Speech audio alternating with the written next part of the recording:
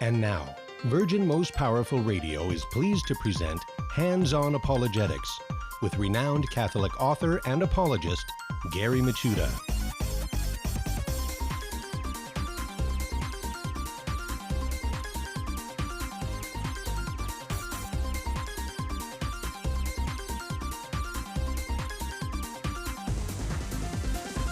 And welcome, everybody. Hands-On Apologetics. You have entered into Virgin Most Powerful's Apologetics Dojo. It's great to be with you today.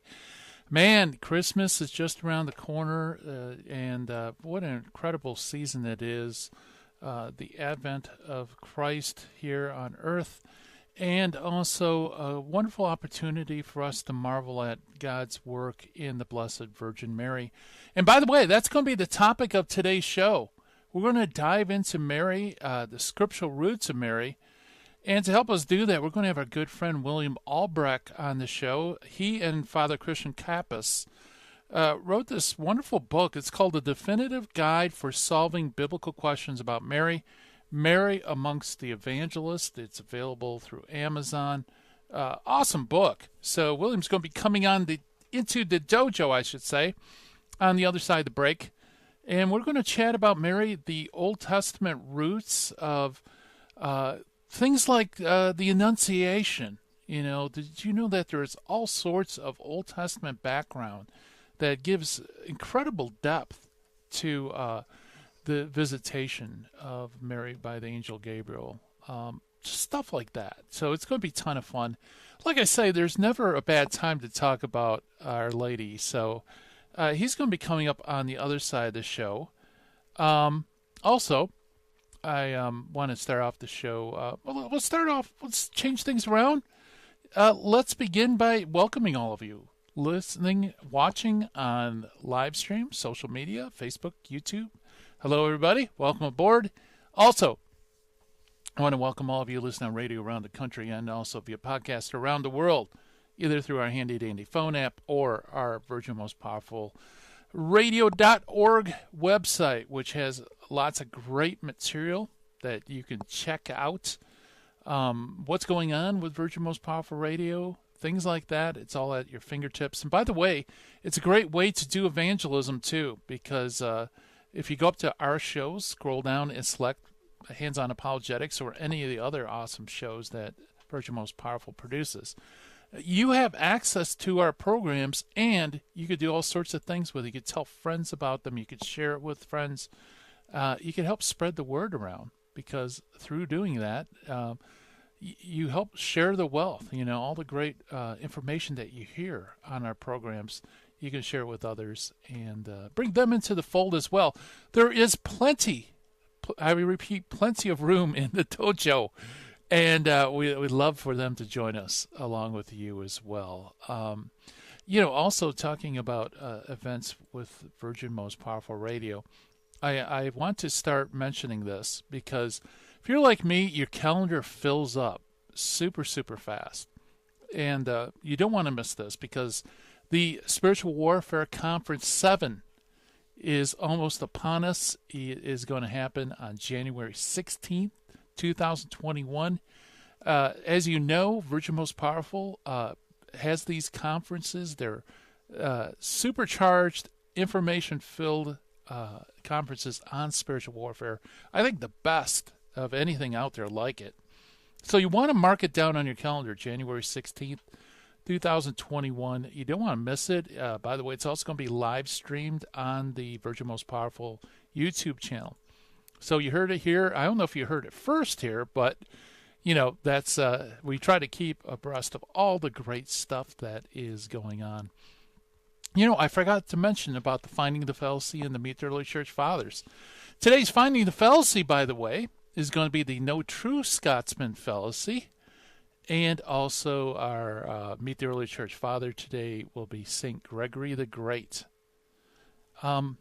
So no True Scotsman Fallacy. I'm just looking over at the YouTube live stream channel to see if Michelle's there. You know, Michelle is our Scottish contingent of this thing we call Hands-On Apologetics. I don't see her name up there. That's too bad because the No True Scotsman Fallacy, I think, is right up her alley. So why don't we jump into the finding of fallacy, the no true Scotsman fallacy. It's also known as the appeal to purity. It's an informal fallacy in which one attempts to protect a universal generalization from counterexamples by changing the definition in an ad hoc fashion to exclude the counterexample. In other words, it moves the target, it changes the goals, it redefines itself in order that whenever you bring up a counterexample, they'll just move the goalpost or claim that it didn't reach the target. Okay, so for example, I mean the classic one, I don't know if it's true or not, but the classic one is about eating porridge cold or something like that, and someone said, every Scotsman eats his porridge warm, and somebody say, yes, but what about Angus? He eats it cold. And he says, well, he's not a true Scotsman, right? So now he redefined his original definition from all Scotsmen to only true Scotsmen.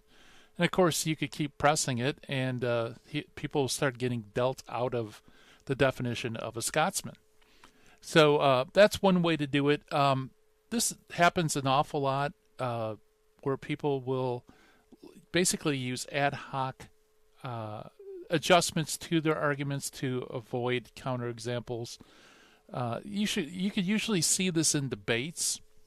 I don't have any examples straight off the top of my head, but I've seen it in debate where when somebody starts pressing with counterexamples, suddenly the person begins to tap dance and redefine what they originally said. So you could go on and on all day, and somebody could use the no true Scotsman fallacy and basically have you run around in circles. That's why it's really important in apologetics.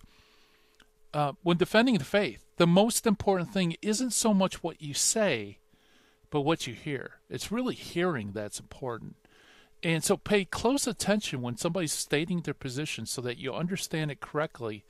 And then you got to hold their feet to the fire, that they have to defend that position. Don't let them change in midstream or qualify it in such a way that it's impossible to refute. Because otherwise you will fall prey to today's informal fallacy, today's finding the fallacy, which is the no true Scotsman fallacy. All right, loads of fun. Let's continue, shall we?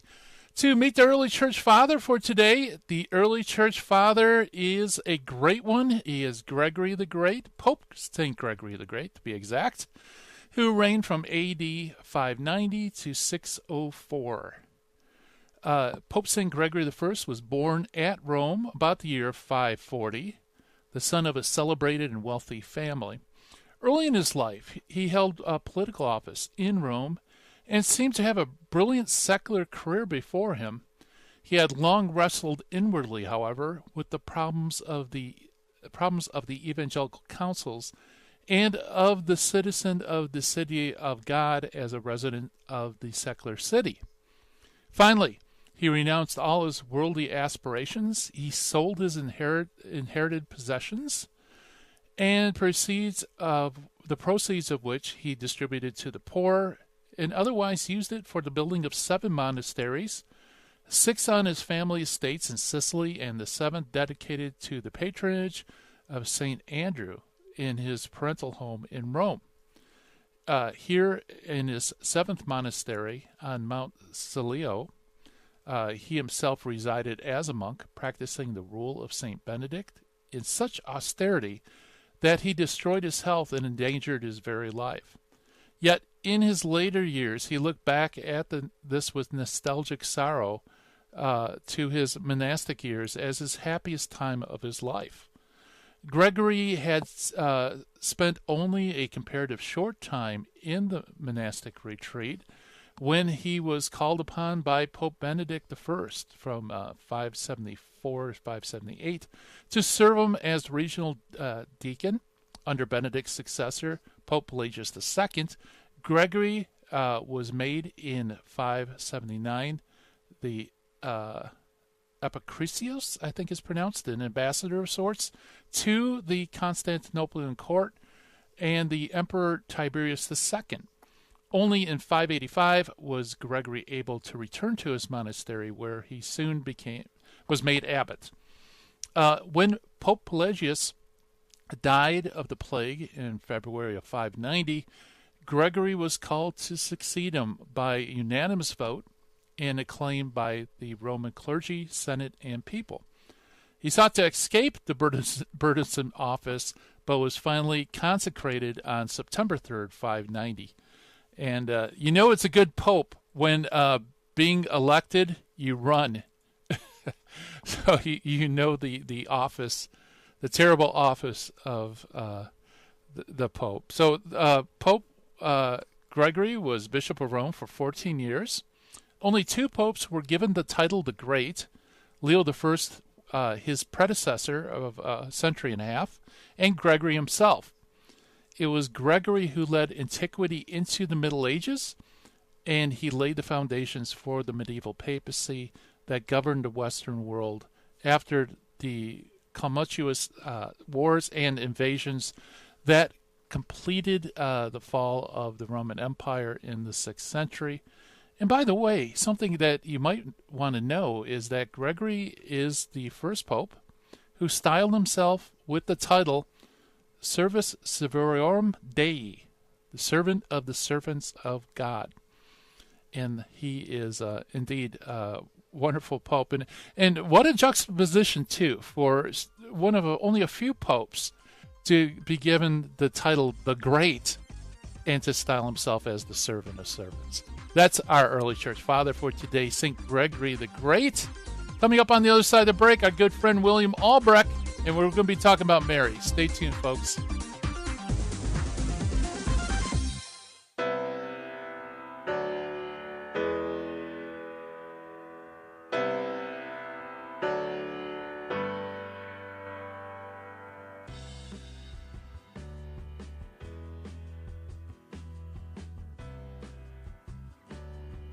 Jesus said to the apostles in Luke chapter 10, "Whoever listens to you listens to me, and whoever rejects you rejects me."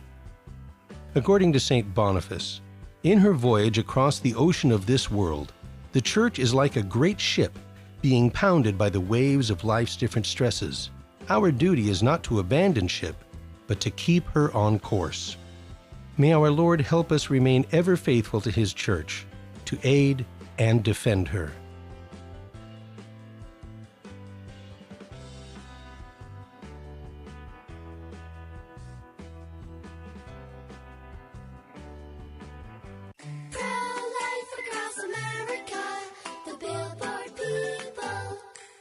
Did you know my mom's gonna have a baby? She is? Will it be a boy? Or will it be a girl? We don't know yet, but we heard the heartbeat and my dad said this is gonna be someone very special. You mean like being a president? Or maybe a doctor. Well, probably maybe like a singer or dancer, I think.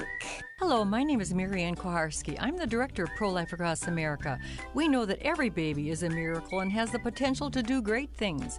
If you know someone who is pregnant or in need of alternatives or assistance, or would like to support the work of Pro-Life Across America, please call 1-800-366-7773 or visit our website at prolifeacrossamerica.org. Pro-Life Across America is non-political and totally educational. Pro-Life Across America, the Billboard people. This is Terry Barber. I want to thank you for your support here at Virgin Most Powerful Radio. Here's an easy way to do it. If you're going to sell or buy a house, call Real Estate for Life, 877-543-3871, because they're going to get you a Christ-centered agent to purchase your home or to sell your home. And at the close of escrow, a portion of his commission goes right back to Virgin Most Powerful Radio. Call 877-543-3871. Thank you so much for your support. Now, back to Hands-on Apologetics with Gary Machuda. If you'd like to join the conversation, call 888-526-2151. Here's Gary. And welcome back, everybody, to Hands-on Apologetics. And do you have questions about Mary? do people ask you questions about the Blessed Virgin Mary? Well, what you need is a definitive guide for solving biblical questions about Mary, and that is the author of this book right here, Mary Among the Evangelists, and is written by Father Christian Capps, and also our very good friend, Master Apologist William Albrecht. By the way, William is a convert to the faith. He's an international speaker and debater. He has participated in over 50 live and moderated debates. William runs an incredible website filled with excellent material. You want to check it out. It's called patristiccpillars.com. And William, welcome back to Hands On Apologetics. Gary, my dear friend, it is always an incredible pleasure to be on with you. Yes, absolutely. Yeah, it's always fun to have you here in the dojo. Especially, I mean, I'm so excited, by the way, let me hold it up again, about your brand new book on Mary. Let's see, get the title in there. And, you know, it's packed with such great information. Let's talk a little bit about the book, then we'll dive into Mary. How did the idea for the book come up? The book came up after numerous conversations that I would have with my very dear friend, Father Coppes, who is one of the top Mariologists in the world. And we talked about Marian issues a lot. And he recognized that, as you know, being an apologist, you debate quite a bit, you write quite a bit, and I debate a lot as well. And I've always been quite invested in Mariology. When I came over from Protestantism into Catholicism, I realized Mary was quite a stumbling block, and it unfortunately remains a stumbling block for our Protestant brothers and sisters. So through much dialogue, really over a year of talking back and forth with Father almost every other day, we said we're going to put this down in book form. We have so much that we've written, so much that we've talked about, and we looked at a lot of stuff that really we said, look, we've read a lot of Mary books, and there are a lot of incredible books out there on Mary, but we decided to focus on not just Mariology in particular, but the difficult questions that our Protestant brothers and sisters may have about Mary in the Bible, and we unveiled it from a biblical and a very strong patristic perspective. Yeah, very good. It's definitely a meaty book. There's no fluff, not a lot of white space on the pages. You're going to get your money's worth by picking up the book, I assure you. We're going to do a series then. When you come out, we're going to go through bit by bit through the book, just to give people a taste for it. And so why don't we begin at the beginning, so to speak, William? Why don't we go to the Annunciation? Yeah, so we really beginning at the beginning, Gary, very interestingly enough, what we unveil is something that a lot of people maybe don't quite realize what is occurring. So what we have here occurring at the Annunciation is a clear example of Mary taking a vow of virginity. So we know we have some people saying, well, look, come on, guys, come on. You know, we've heard it over and over that Mary took a vow of virginity. Look, we're Catholic. We believe Mary remained a perpetual virgin. But, you know, let's do away with that nonsense of the vow. Well, let me let you know that the vow is not only biblical, but it was patristic. What do I mean by patristic? As Gary knows, this is why I love being on Hands On Apologetics. Gary always has church fathers that he brings up, and indeed, I run a website called Patristic Pillars for a reason. They were the pillars that held the church up throughout the centuries, that carried along the message that Christ left them. Their witness is very significant, very important. And I like to begin, Gary, believe it or not, people are going to think, well, what are you doing? I like to begin in the book of Judges. Now, people may be wondering, what are you doing in the book of Judges if we're talking about the Annunciation?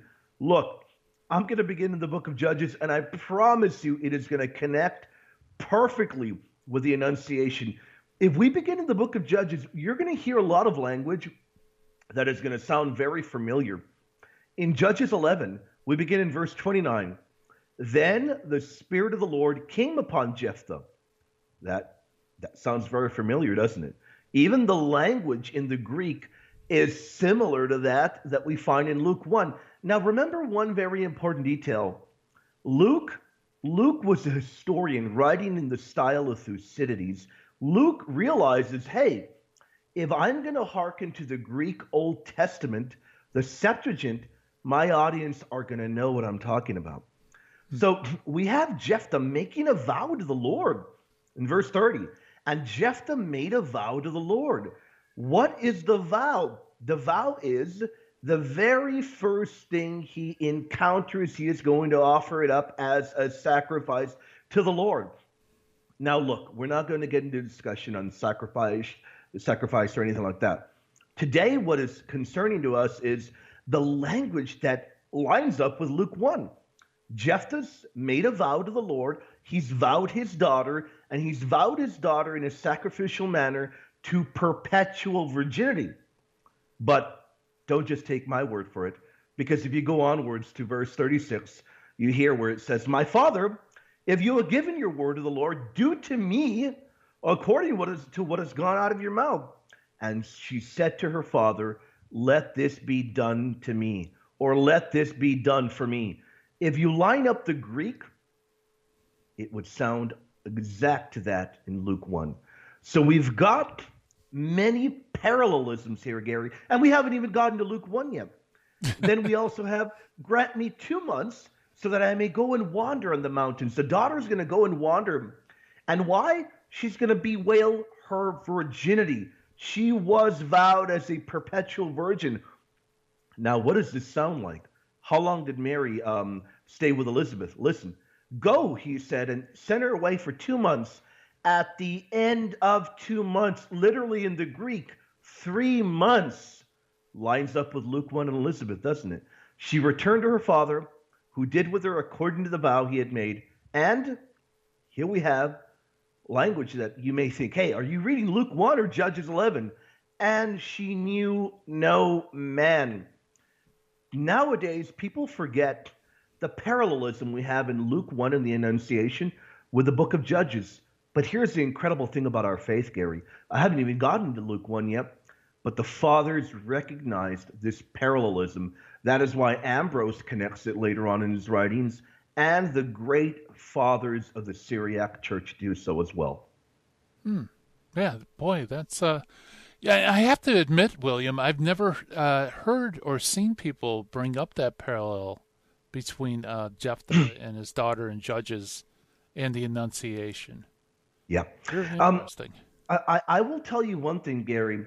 When we began working on this book, and I'll say it today, this has got to be one of our proudest chapter portions in the book, because we weren't able to find this connection after around maybe the early 1900s.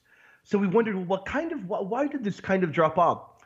And there's nothing wrong with any Mary books that are out there today. Good friends of ours, Brant Preacher's written a great book. You've written an incredible book. My dear friend Scott Hahn has written an amazing book. But as you recognize, Marian books sometimes deal with different issues. Our book isn't dealing with, we're not dealing with, let's talk about every single Marian dogma. We're dealing with the difficult passages in Mariology. And one that we stumbled upon that really blew us away was the connection to Judges 11. But again, at the end of the day, Gary, as you know, if you cannot find any support in the early church, then you got to stop and scratch your head and think, well, maybe, we're not reinventing the wheel. We're not going to discover something the early church didn't know, but the early church recognized this. St. Ambrose recognized the vow taken for Jephthah's daughter with Mary, and the great Syriac fathers did as well. Wow. So, yeah, really quick, could you step us through those parallels again? At least set us up. Really quick. Definitely. Yeah. And we here's the incredible thing. We haven't even gotten to Luke 1 yet. No. the incredible thing, indeed, Gary, there are so many parallels. And this is why we love the fact that people can find this book. If you don't want to wait for the paperback edition to arrive, you can get it on Kindle today. Look at Jephthah's vow. When did he make the vow? When the Spirit of the Lord came upon him. What does that sound like? In Judges 11, the Spirit of the Lord came upon him. Verse 30, and Jephthah made the vow to the Lord. Then verse 37, let this be done unto me. The language parallels exactly with that of Mary. And then how long did Mary remain with Elizabeth in the hillside? 3 months. And how long did Jephthah's daughter go away to bewail her virginity? 3 months. At the end of 2 months, literally there in the Greek, it is 3 months. Then she returned to her father. And then we don't only have a parallelism here, Gary. Here's the amazing thing. And we know a lot of people maybe don't know Greek, which you don't need to know Greek in order to understand our book. But if you look at the Thesaurus Linguae Graecae, which is the largest Greek database for Greek documents, patristic material, everything, you will look and you will read the Greek, and she knew no man, and you will find that phraseology only mentioned 2 times in all of Greek literature before 100 AD, in Judges 11 and Luke 1. Wow. Yeah, that's super cool. That's super cool. It's quite neat. Yeah. Yeah. Such a cluster. I mean, it's one thing if you find a parallel, maybe just a word or a phrase, someone could dismiss it. But when you have like a whole cluster of these, and especially when the language matches up, clearly Luke is intentionally describing the Annunciation using the palette of words and ideas and Judges.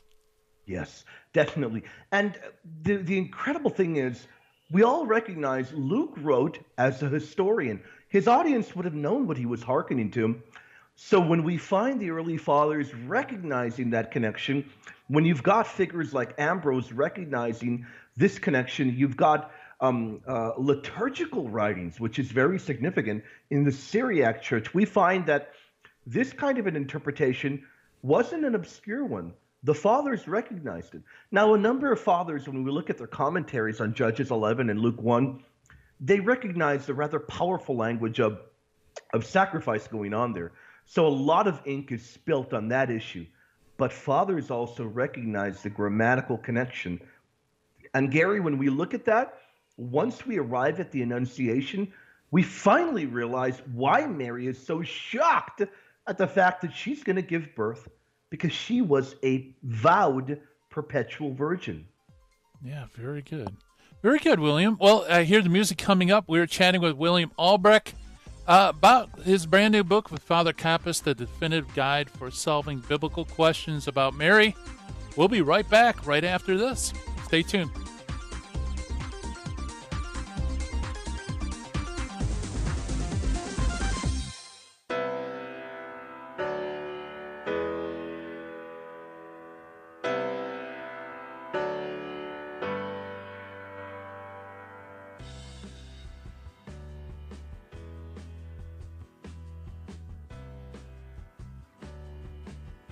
Help the Helpless, a Minnesota St. Paul nonprofit organization chaired by Father of Tyr and volunteers, is humbly asking you for your kind support to help the poor and the handicapped children in India and Ecuador. Through financial support from the Help of the Helpless benefactors, the children are provided with clothing, food, education, shelter, and the teachings of the Catholic Church. The mission is to help children thrive and become self-sufficient young adults leading productive lives. We also provide aid to poor families in Ecuador with food baskets, medicines, medical assistance, and help with funeral needs for the deceased. The work in India is done by Father Antonio's organization, St. Mary's. In Ecuador, the work is being done by the Servant Sisters of the Home of Mother. You can call us at 877-762-8857. To learn more, please visit our website, www.helpthehelpless.org. God bless you.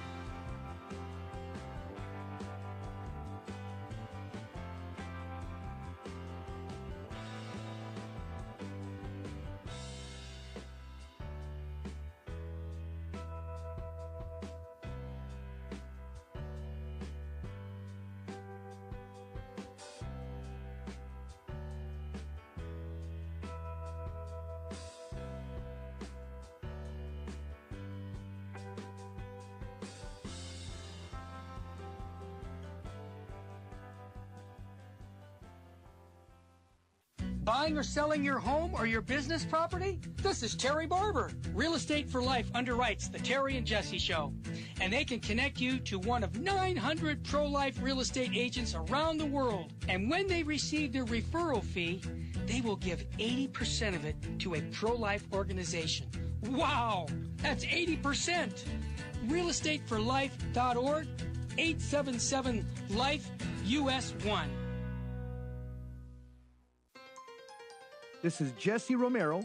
You're listening to Hands-On Apologetics with Gary Machuda on Virgin Most Powerful Radio.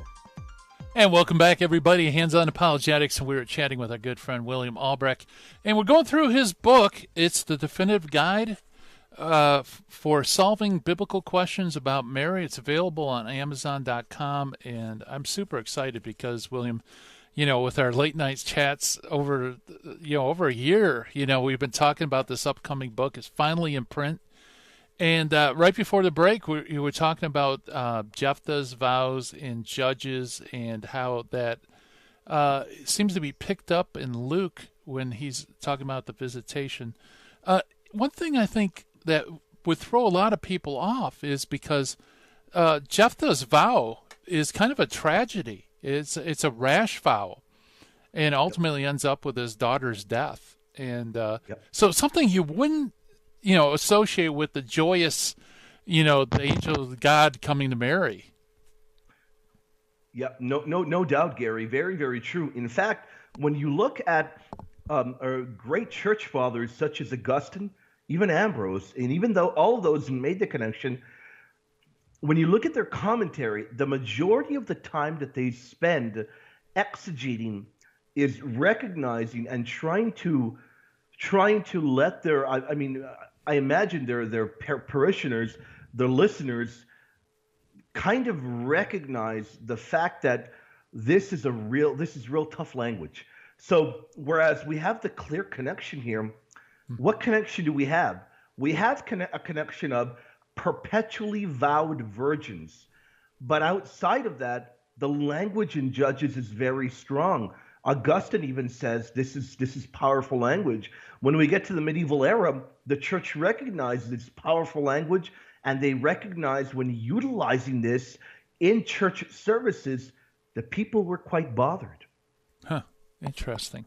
Yeah. Yeah. So we have Jephthah's vow and all these very interesting parallels. Where do you want to go from there then?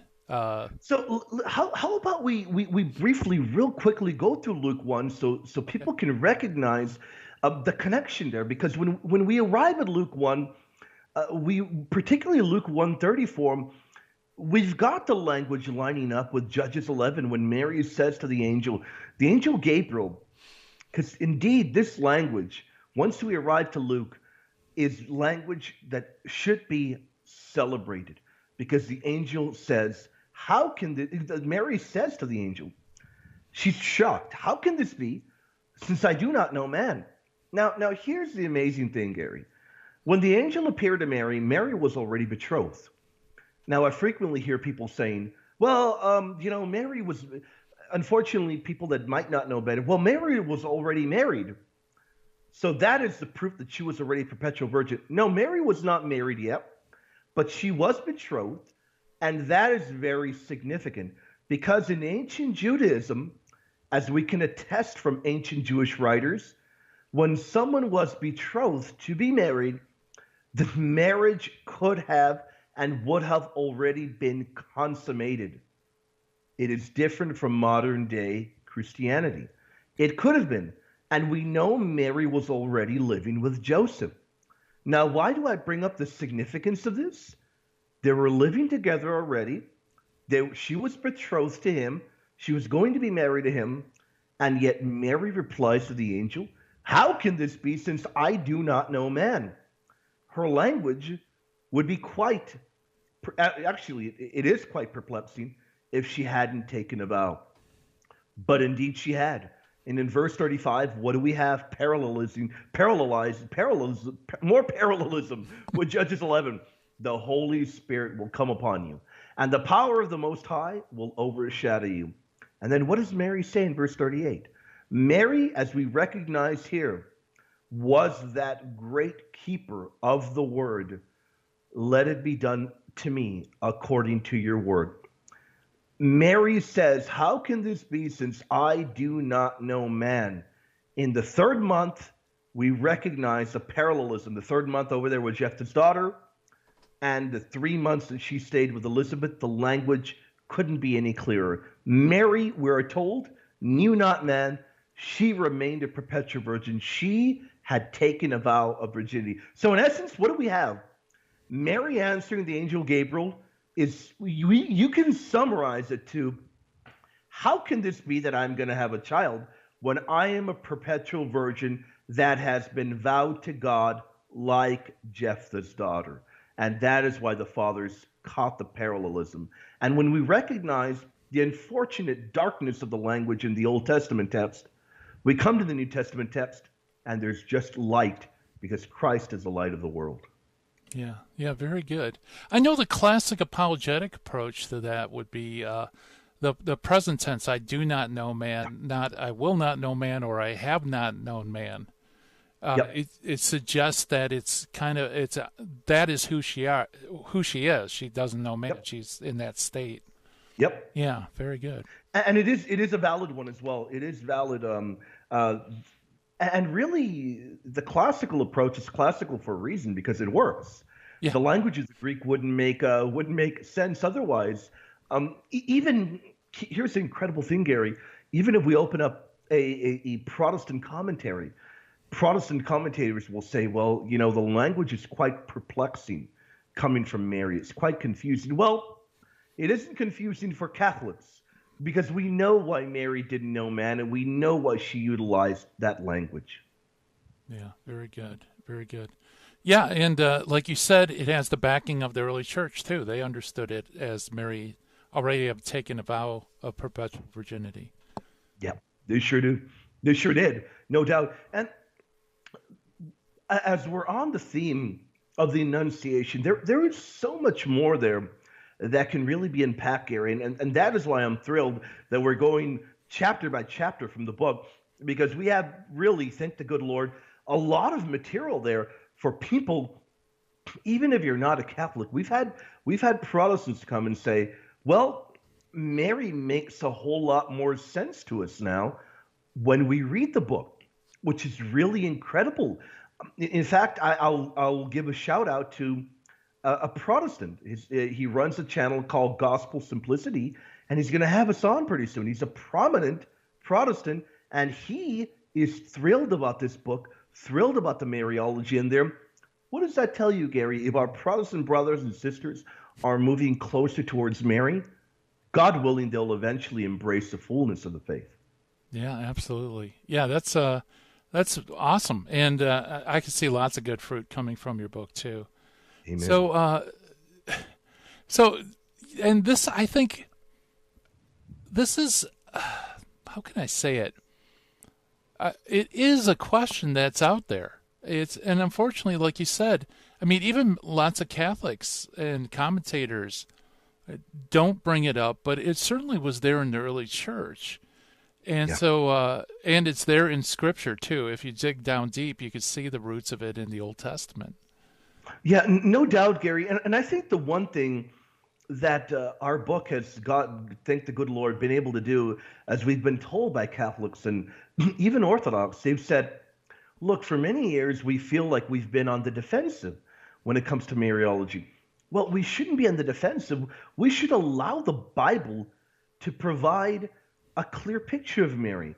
Because when we do allow that, the true biblical Mary comes out.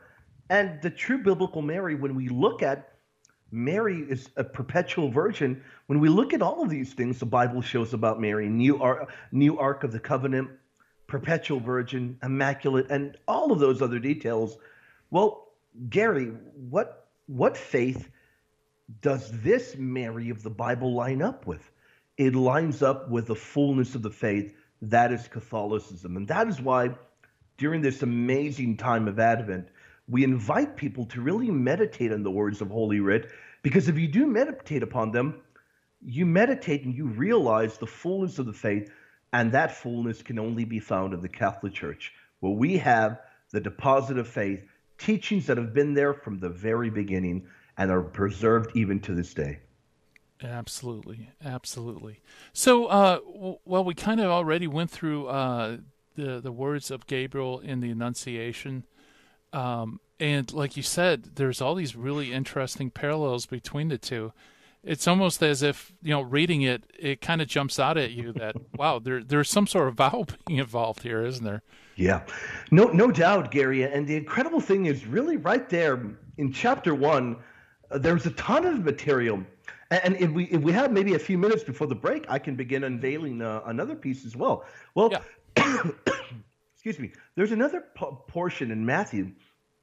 You find it in Matthew 1:25, where every Protestant goes to, where it says Joseph kept her a virgin until.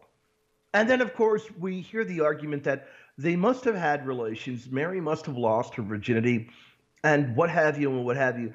And Catholics will always reply and say, well, they get fancy. Well, that Greek word doesn't always mean that something ceases to be or a state of being. We get to a cessation of a state of being. Well, we applaud the usage of Greek by these Catholics and what have you. But really, we believe we can come to a definitive solution if we really analyze what is Matthew doing here.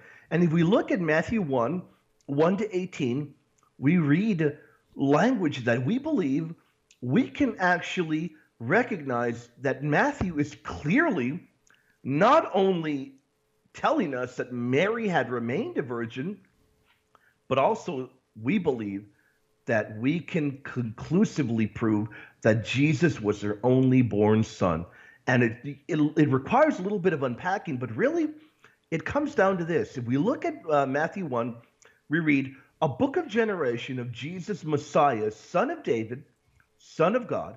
And then we keep going along. Abraham generated Isaac. Jesse generated David the king.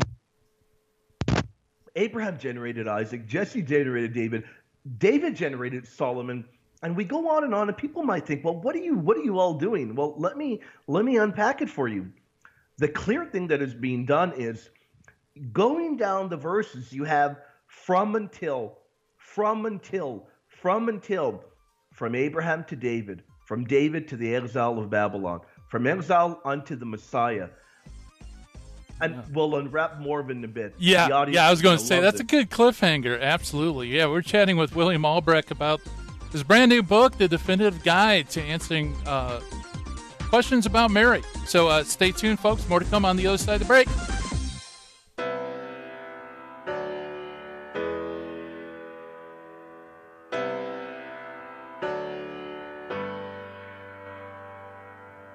Welcome, Daniel. You're on the line. What's on your mind, brother? Hi, I just wanted to share a testimony about Virgin Most Powerful Radio. I had a buddy at work who, he's a lukewarm Catholic guy, and I wanted him to start listening to the Terry and Jesse show, so I kept telling him to download the app, and he kept putting me off. So one day, I grabbed his phone, and I downloaded the app for him.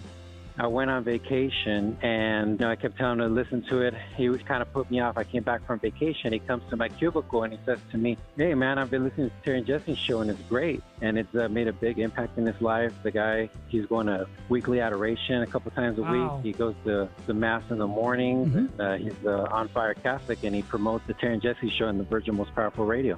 Daniel, what a testimony. And I want to encourage our listeners to get those cards by going to virginmostpowerfulradio.org and do what Daniel's doing. Go out and spread the faith by inviting people to listen to Virgin Most Powerful. Daniel, thanks for your testimony, brother. God love you. You're welcome.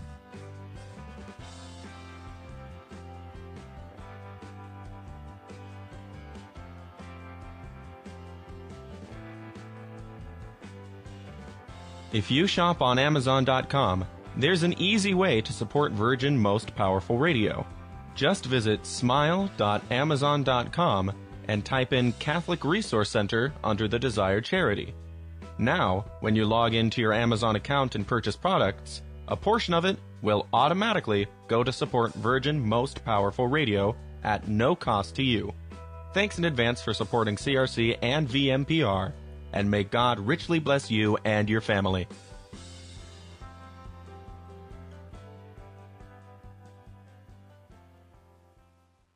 Buying or selling your home or your business property? This is Terry Barber. Real Estate for Life underwrites the Terry and Jesse Show, and they can connect you to one of 900 pro-life real estate agents around the world. And when they receive their referral fee, they will give 80% of it to a pro-life organization. Wow, that's 80%. realestateforlife.org, 877-LIFE, US 1. Now, back to Hands-On Apologetics with Gary Machuda. If you'd like to join the conversation, call 888-526-2151. Here's Gary. And welcome back, everybody, Hands-On Apologetics. And, if you're tuning in to Hands-On Apologetics, you expect cutting-edge apologetics. And that's exactly what we got today with William. And we're talking about Mary and William Father Kappa's brand new book, The Definitive Guide for Solving Biblical Questions About Mary, Mary Amongst the Evangelists. It's available through Amazon.com.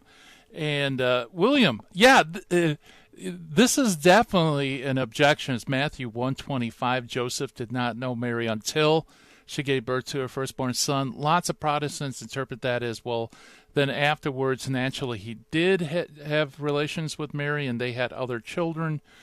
And, the classic approach, like you pointed out, is to focus on the word until and show in the Greek that in the ancient use, it didn't necessarily mean things changed after a point. Sometimes they continued on.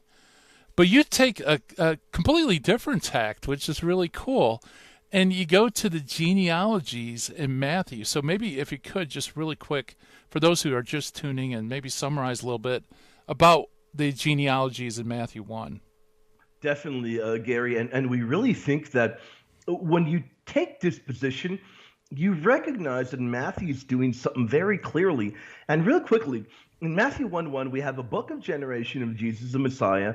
And fast forward a little bit, the one thing we like to point out to the audience is, indeed, the word until, heos, has significance here.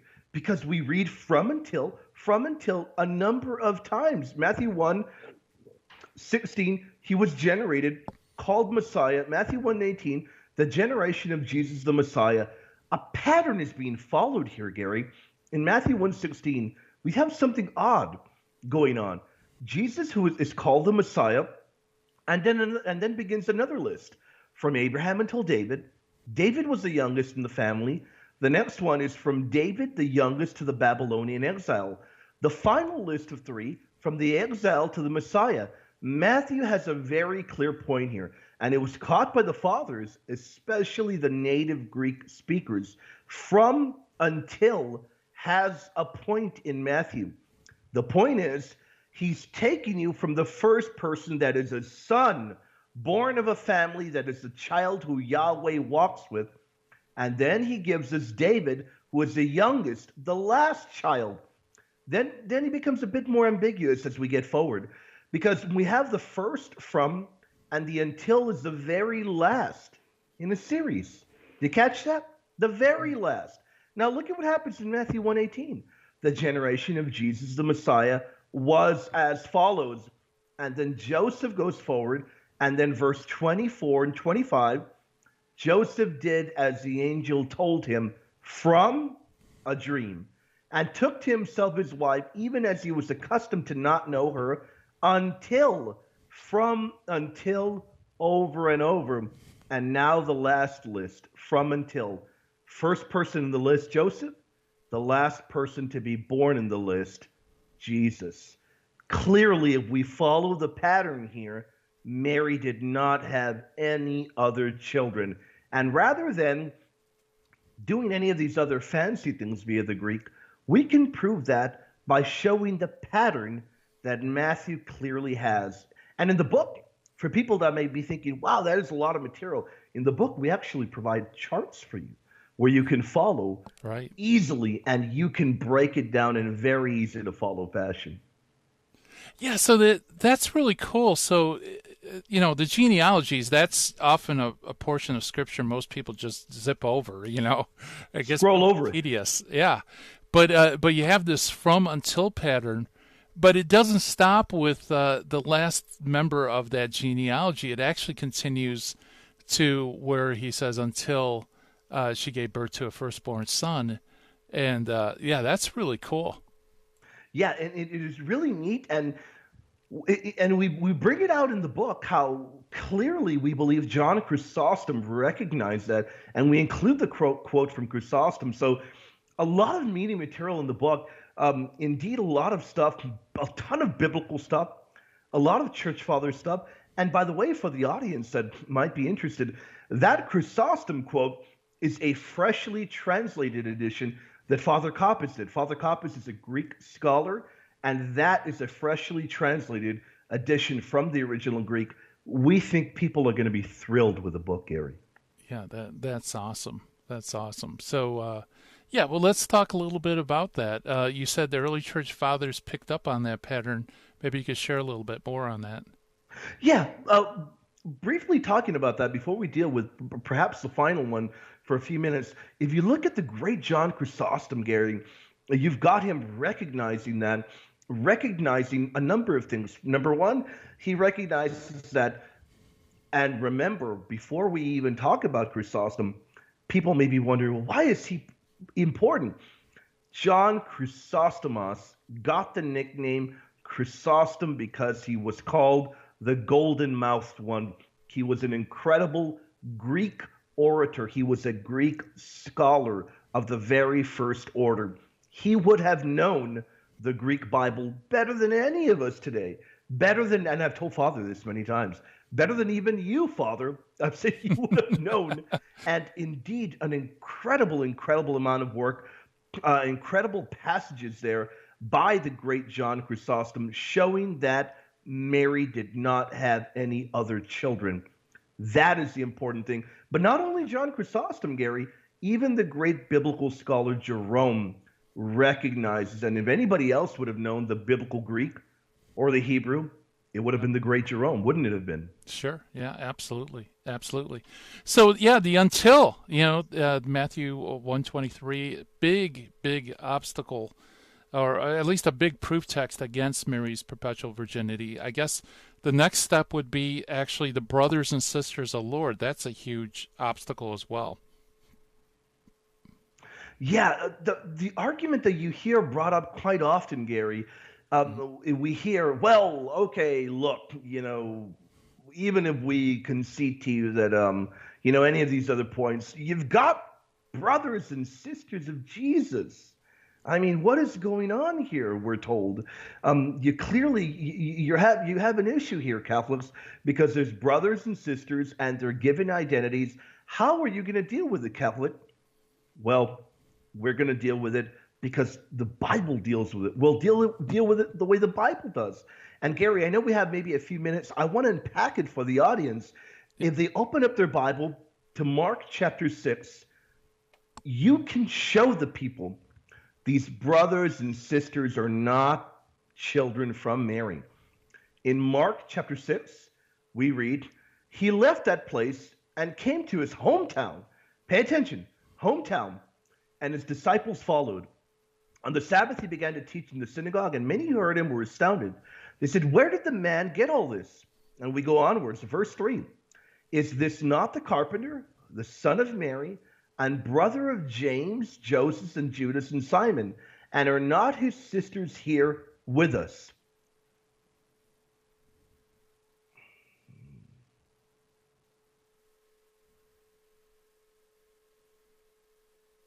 William, are you there? I think Skype might have lost connection. I can hear you now. Oh, okay, maybe not.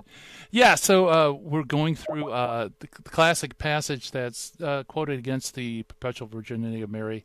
Is this not the carpenter, the son of Mary, the brother of James and Joseph and Judas and Simon? Is this, and are not his sisters here with us? And they took offense at him. Then in verse 4 it says, then Jesus said to them, the prophets are not without honor except in their hometown and among their own kin and in their own house. And he could do no deed of power there except that he laid hands on a few sick people and cured them. and he was amazed at their unbelief. So that's the passage William was just quoting. Hopefully we could get him back on to explain the passage for us. Because like I said, this is cutting edge apologetics. He's taking a very different tact on the perpetual virginity of Mary and answering this objection that is typically used. So there's a couple of tacks you could use to unpack it. But anyway, William, are you there? I sure am, Gary. You able to hear me? I think we might have had a little bit of technical difficulties. Yes. Well, I read the whole passage to the audience while you were gone, so let's pick through it. Wonderful, wonderful. So they got the use of it then. Yes. So looking at this, and I know we're running out of time, so real briefly, look at verse 4 where it says, prophets are not without honor. That Christ quotes it, except in their hometown and among their kin. The identities of these relatives, of brothers and sisters, is revealed with the usage of the Greek syngenes. It means close relative. It doesn't mean brothers or sisters from the same mother. That is the key thing we have got to recognize. And when we recognize it, we get a fuller picture of the fact that we know Mary remained a perpetual virgin her whole life. Wow. Okay. Yeah, I didn't expect that. That's a great point. So syngenes. So it means basically a wider relationship, not somebody who's that close of blood relations. Here's the amazing thing, Gary. Most Protestant lexicons point out that it means cousin the majority of the time, but it can mean cousin or distant relative or literally really kinsman. But here's the incredible thing, Gary. Syngenes in Greek literature, it never means brother or sister from the same womb when it's used like that. They could not have been his actual blood brothers and sisters. Virtually impossible in the Greek. Wow. So, yeah, that is really cool because all our, the apologetic guns are usually to understand what does it mean brother and sister. But if you go just down to verse 4 and he talks about, prophets not without honor except in his hometown and among his own kinsmen. The word kinsman, syngenes, does not refer to uteral brothers and sisters. Wow, that's huge. William, I hear the music coming up. That was perfect timing and a very nice cliffhanger, too. Thank you so much for coming on. Thankfully, we got connected again, and we were able to wrap it up. Gary, I had a blast. Awesome. Well, have a Merry Christmas, William. And likewise. By the way, the book is The Definitive Guide in Solving Biblical Questions About Mary Among the Evangelists. Excellent book. Well, I hope everybody has a Merry Christmas. And coming up next, hi, Impact Catholic Talk coming at you with the Terry and Jesse Show. Thank you so much for listening. And God willing, we'll be back again to this thing we call Hands-On Apologetics. Bye-bye, everybody.